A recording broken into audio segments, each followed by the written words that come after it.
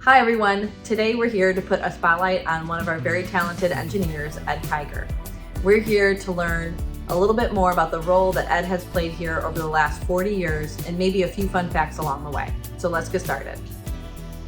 How did you begin working at Millies Engineering Group and what has kept you here all this time?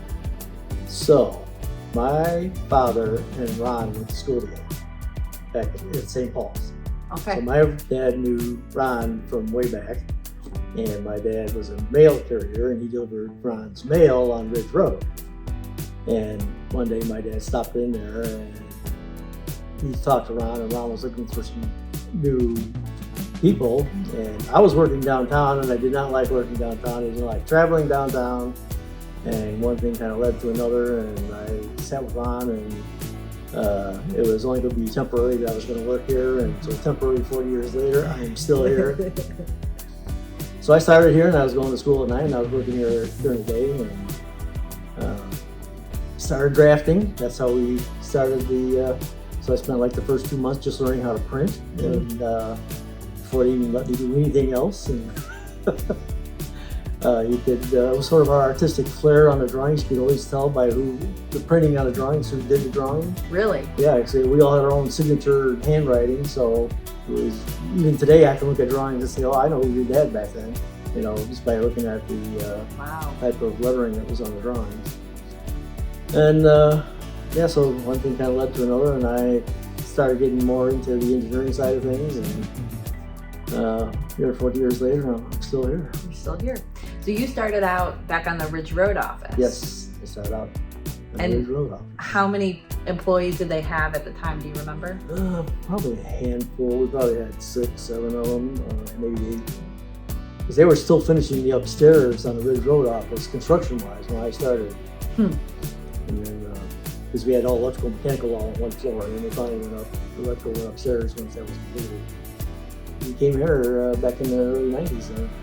This is a big upgrade compared to Ridge Road. It was, and since then the office has gone through a whole renovation a few years back then too. So you've kind of been through every iteration of the company. Yep.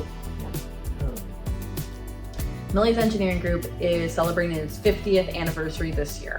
What do you think has helped lead to this, milestone and the success of the company?